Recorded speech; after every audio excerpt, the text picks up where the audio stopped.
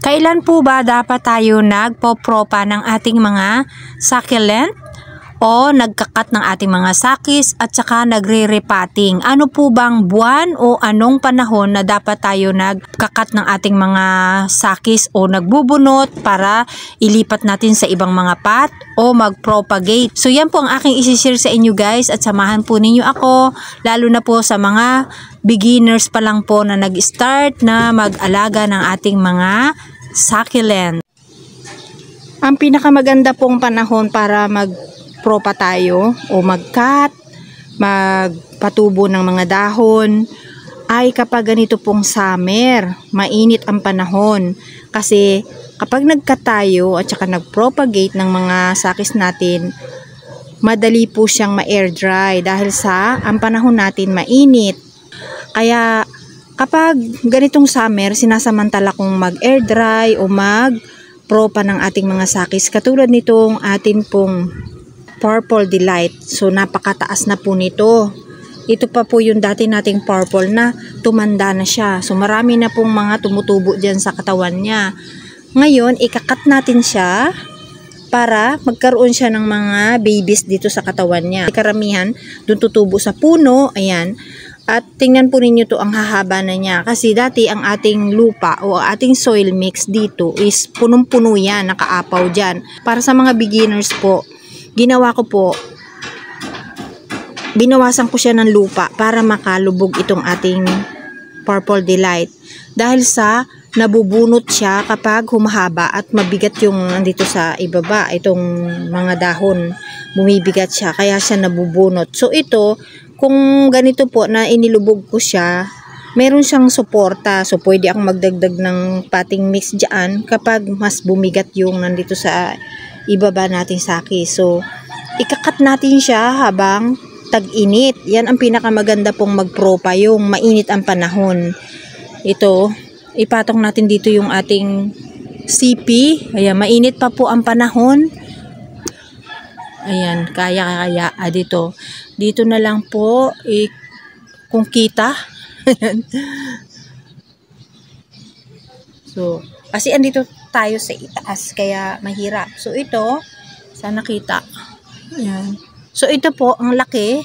Ikakat natin siya, pero titira natin siya ng dahon. Babawasan muna natin siya ng dahon, guys. So, ayan. Marami siyang dahon, bawasan muna natin siya para mapropa natin siya. So, ganito lang. Bago natin siya putulan is ipropa natin itong mga dahon niya. O, ang lutong. So, kapag nagpropa ako ng mga dahon ng ating purple is inaano ko lang. Dito ko lang mismo sa pot inilalagay. Diyan ko rin mismo sila ini-air dry. Mas maganda kasi pag tumubo sila, dito na rin lang. Ay, marami po ako ditong pinropa na nandito rin lang yung mga tumubo o diyan ko lang nilagay. Katulad niyan, eto oh. Itong mga ito po, mga dahon lang po ito lahat. Yung mga yan, sabay-sabay sila tumubo. Tapos yung mga dahon din dyan na mga maliliit, ayan oh, mga nagsitubo na sila. So dito ko siya inilalagay. Pag mga bago po kayo na nagpropa o nagpapatubo ng mga dahon, pag ganito po, natanggal na natin siya, huwag po natin siyang ipapatong sa lupa na basa. Kailangan po dry yung pagpapatungan nating soil. Ayan, okay lang po na naiinitan siya basta dry yung soil. Na halimbawa, ipapatong natin ito sa mainit na lugar, okay lang. Kasi pa nagpo-propa po ako o nagpapatubo ng mga dahon, nag-air dry nito, nilalagay ko lang dito sa initan po, sa direct sunlight. So, isang araw lang, ano na siya, dry na. So, hindi ko po nilalagay sa shaded area ang aking mga pinopropa. So, nilalagay ko lang po talaga dyan sa mainit na lugar. So, katulad nito, marami po ako ditong pinatutubong dahon. Ayan, pagkatanggal ko, pinapatong ko lang po dyan yung mga dahon. Katulad nito, ipapatong lang natin yung dahon dyan. Kasi, dry naman yung soil niya. Dahil nung nakaraang araw pa ako nagdilig. Ayan o. Ganyan lang po. Ayan mga yan o, mga dati ko na pong pinatong yan. Tabi-tabi nyo lang dyan. Oo. Ito dyan na.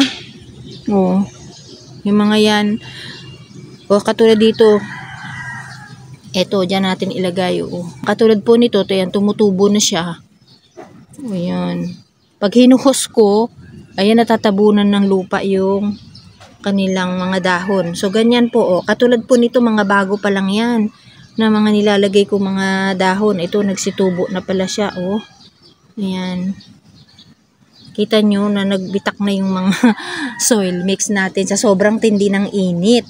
So, ayan, natanggal natin guys yung mga dahon. Ayan, bawasan pa natin. Ito. Tapos, ikakat na po natin yan. Pwedeng ubusin yung dahon bago nyo ikat. Pwede rin naman pong magtira kayo ng dahon. Nasa sa inyo po yun. Pag nag-cut tayo, marami pala akong natanggal na dahon doon sa itaas. Pag nag-cut po tayo, dito, habaan natin yung tangkay niya para maitanim natin ng bago yung ating ikakat. Ayan. Nakat na natin. So, ito na yung kaputol niya. So, ang gagawin ko dito po, air dry lang natin ito. Pag nagkalyos na po ito, pwede na natin siyang ipatong sa lupa. Kailangan po, dry na po itong dulo bago natin siya ipapatong sa lupa o kaya itatanim. Ganun po yung gagawin natin. Lalong-lalo na po sa mga bago pa lang pong nagpo-propa ng ating Purple Delight. So, itong dalawa, nagdadalawang isip ako talaga dito kung tatanggalin ko ba siya o hindi. So, ikakat na natin siya. So, ganun din uli yung gagawin natin guys. Uulitin lang natin yung ginawa natin.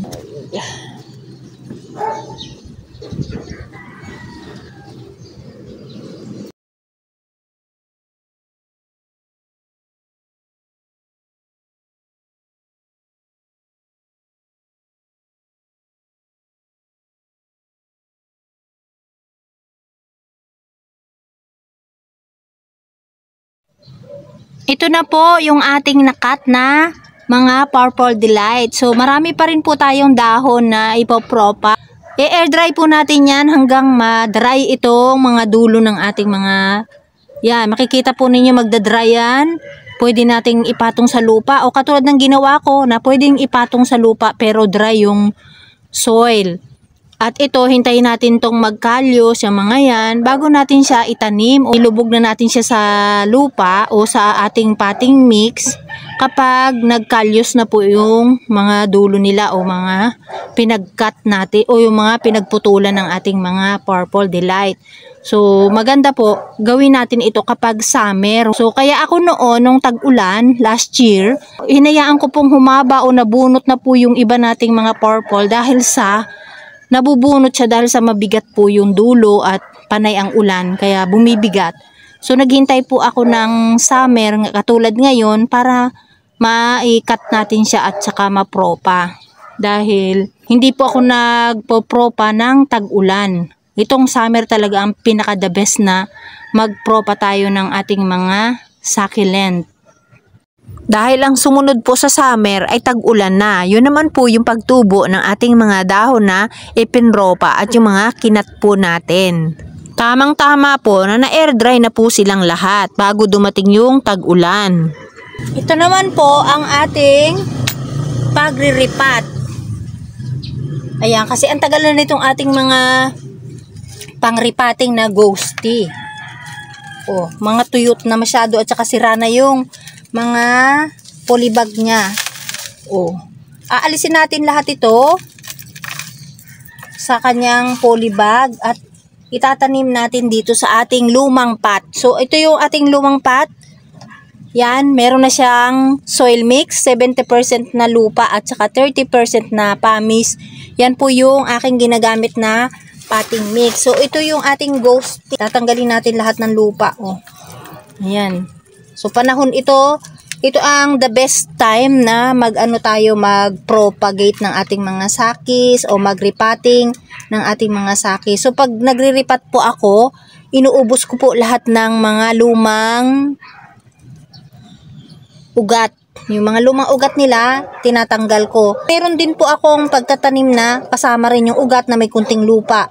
So, iba-iba po ako mag-repotting. Aalisin ko na lang po lahat ng kanyang ugat. Kapag nandito po yung mga maliliit na ugat, yung sobrang liit, Tapos kapag nagdilig tayo, ang mangyayari naman po dun sa mga maliliit na ugat na yun is bubulok lang siya. Kaya inaalis ko na po yung mga maliliit na ugat. So tinitira ko na lang po yung mga malalaking ugat. Pag dumating po yung tag-ulan, may bago silang lalabas na ugat. Kaya yun ang magiging stable na ng husto sa ating mga sakis. Nauulanan po sila guys dahil wala tayong bubong at net lang po yung nakabubong dito sa ating mga babies. Po ito ng aerial root. Ayan na kasi sobrang tagal na niya dito sa polybag. Kapag nagre-repotting po ako, pwede pong tanggalin lahat ng ugat. Pwede rin naman pong may kasamang lupa yung ugat niya na itinatanim ko o nire-repot ko. Katulad nito, marami po siyang mga maliliit na ugat. So, aalisin ko na lang po yung mga maliliit na ugat. Ititira ko lang yung malalaking ugat. Ayan. Ginaganyan ko lang po. Hindi ko na ginugupit. Inaalis ko lang siya. Malambot lang naman po yung mga maliliit niyang ugat. Ayan. Kasi, kapag naging stable naman po ito, tutubuan siya ng mga bagong ugat. Kaya, aalisin ko na yung mga maliliit. So, yan na lang yung ititira natin. Yung ugat na yan. Ipapatong ko muna ito dito bago natin siya itanim. Tatanggalin ko po muna lahat ng mga naka-polybag. Ayan, dry na dry yung kanyang soil dahil sa matagal na natin tong hindi dinidiligan dahil iriripat ko po.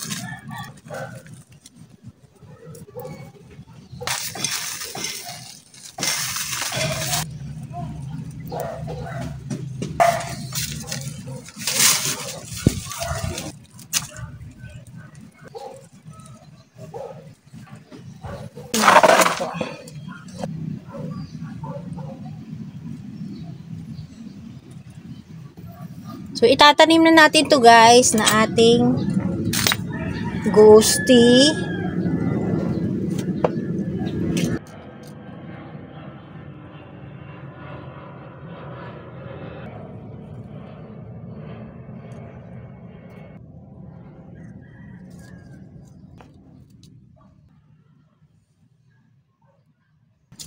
Marami po itong mga babies or pups yung ating ghosty, kaya ang ganda po niya. Ang daming laman o ang daming parang punong-puno siya.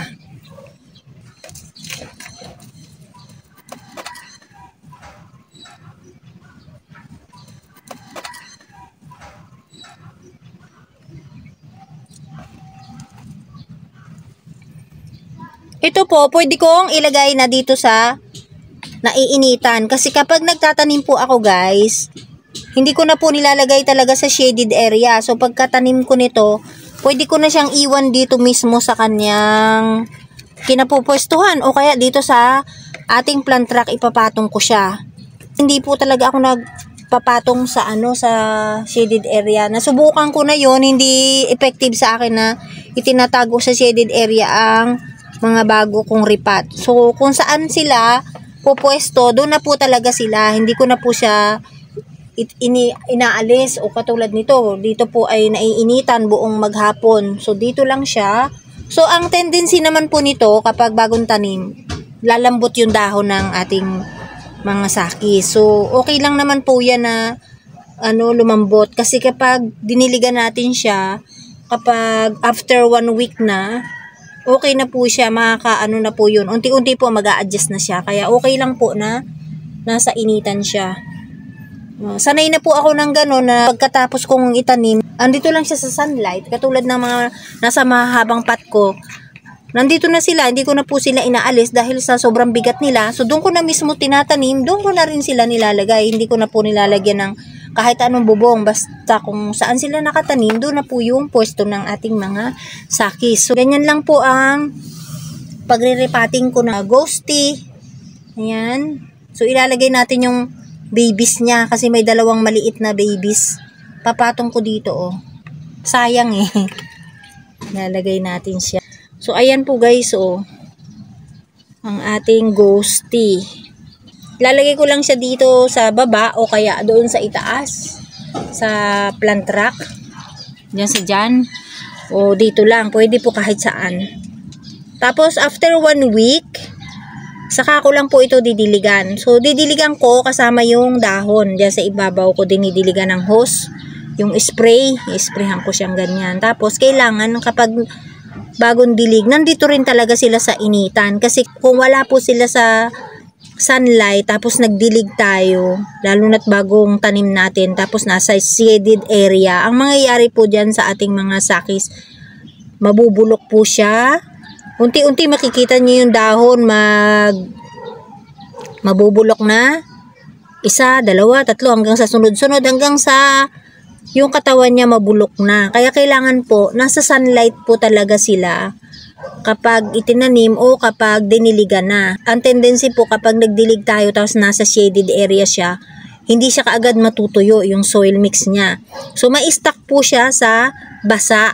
Kaya yun po yung nangyayari, mabubulok po yung katawan ng ating mga sakis at yung mga dahon. Unti-unti na po siyang mamamatay. Kaya po ako, hindi ko po talaga inuugali na maglagay sa shaded area. So, kami po mga plantita guys is iba-iba kami ng paraan sa pagtatanim. So, ako po, hindi po talaga ako naglalagay ng mga bagong repotting sa ating shaded area. Ang effective po sa akin ay yung andito po sila sa sunlight, itanim ko man sila o hindi, nilalagay ko lang po dito sa sunlight. Kapag nag-air dry po ako, nandito rin lang po sila sa sunlight. Lumalambot po talaga yung dahon nila. So, wag po kayo mag-worry kasi hindi po basta-basta namamatay ang ating mga sakis kahit po lumambot yung mga dahon nila dahil sa naiinitan. So, diligan lang po natin sila kung ang mga dahon po nila ay lumambot. Halimbawa, nakatanim po sila nasa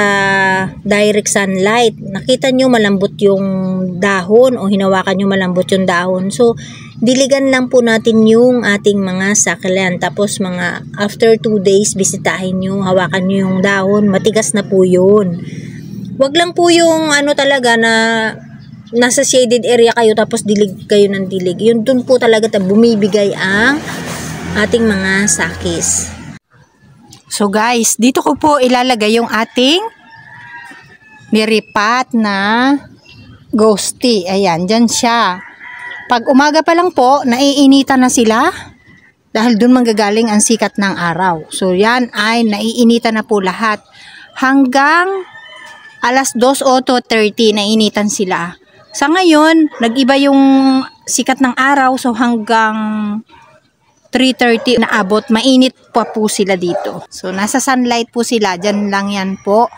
Tapos, after 1 week, saka ko po siya didiligan. Tapos, after 1 week na nadiligan na natin siya, hintayin po nating madry uli ang soil bago tayo uli magdilig. At dito lang siya sa sunlight. Yung merong araw ang kailangan niyang pwesto.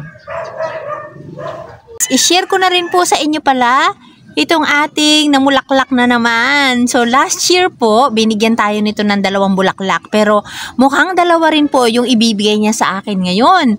Kasi, eto po oh. Ayan yung maliit niyang magiging bulaklak. Kaya lang matagal-tagal pa siya. So, ito po, ipinost ko na sa ating Facebook page na hindi pa siya nakabuka. Kasi, ang oras po ng pagbuka niya is ngayong gumagabi na. Ang oras ngayon ay mga 6 plus na. So, 6:18 siguro or 17, mga ganyan ang oras. Kaya medyo madilim na yung paligid. So, ganyan po ang oras ng pamumukadkad nito.